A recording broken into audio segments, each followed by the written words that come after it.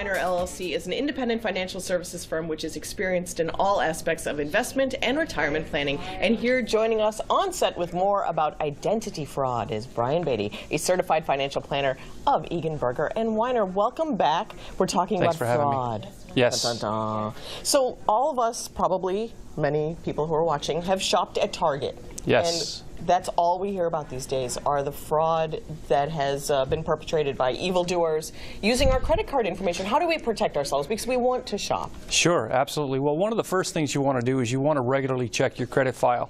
So there are 3 credit reporting agencies that dominate the industry. There's TransUnion, Experian, and Equifax. And one of the things that you want to do is make sure that on an annual basis, at the very minimum, is that you pull a credit file and see what's actually being reported about your credit and look for suspicious activity. So what if that comes up? You get those red flags of somebody's been digging around in your financial stuff. What do you do? What's the next step? Well, you always have a right as a consumer to dispute any information on your credit file. So if there's something on there that shouldn't be on there, obviously you want to notify the credit agencies. You also want to notify the credit card companies or the credit issuers to make sure that they're aware that this information is on your file and that it is not actually you. How often should we do this? I mean, if we've signed up with TransUnion and Equifax, what's the best way of staying on top of things? Weekly, monthly? Well, it's going to cost you money if you do it more often than once. Everybody's entitled to once a year a free credit report, and you can go to various services that can compile these reports for you. At the very least, you want to do it once a year, and then you want to do it before a big purchase where you know you're going to have some sort of financing activity. But it's really hard to monitor and maintain that on your own. So what you probably want to do, especially in this day and age of digital technology, is you want to pay for a service that is going to actually look after your file and lock down your identity. I personally use LifeLock. I'm happy with the service, but there are a lot of other companies such as Identity Guard. I think we have a list of several companies that you can actually contact on your own. But you don't have to pay for a service. You can do it on your own. Most people are too busy to do it on their own.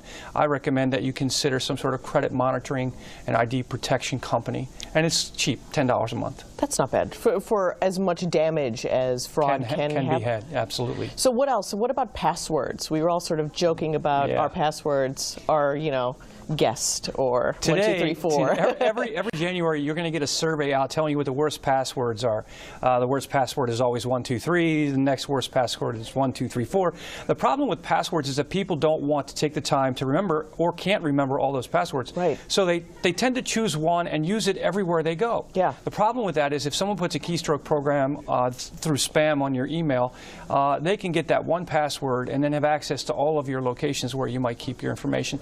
So what I recommend instead for clients and for anybody, and we do this in our office, is that you have a password program that has a very complicated password to get into where you lock down all your passwords and use a different password everywhere you go. So the first line of defense is that strong password. Correct. So because you can't use the easy one just you know on your you can't use the 1, 2, 3. Can't do it. Okay. No. So we'll make sure that we bone up on that. Right. Now let's talk about kids going to college. How do we protect them from fraud and from just keeping a good credit score? Sure.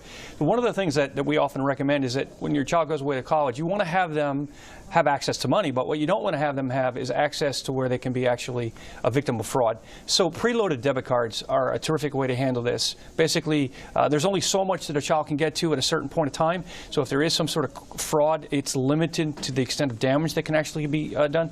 But it also comes with the backing of Visa or MasterCard, so there's some credit fraud protection that limits the losses just like a credit card would, but doesn't open up your entire world of finances for some sort of theft. So you don't recommend giving your kid just a credit card, an open credit card? I mean, we sort of like know that, right? Instinctively. I wouldn't recommend that. Plus, you want them to learn to use credit in a very sensible and reasonable, responsible way. So it's sort of a best of both worlds. It's a debit card, so there's limits to what they can spend, but they're getting used to what will be the future of the way they actually transact business, because cash, let's be honest, it's not used quite often in transactions nowadays. In the financial planning world, what's sort of the thing that everybody's talking about when it comes to fraud right now that those of us in the general public don't even realize is an issue? I think the thing that people are worried about more than anything is that someone's stolen your identity, and they're out there actually perpetrating themselves as you.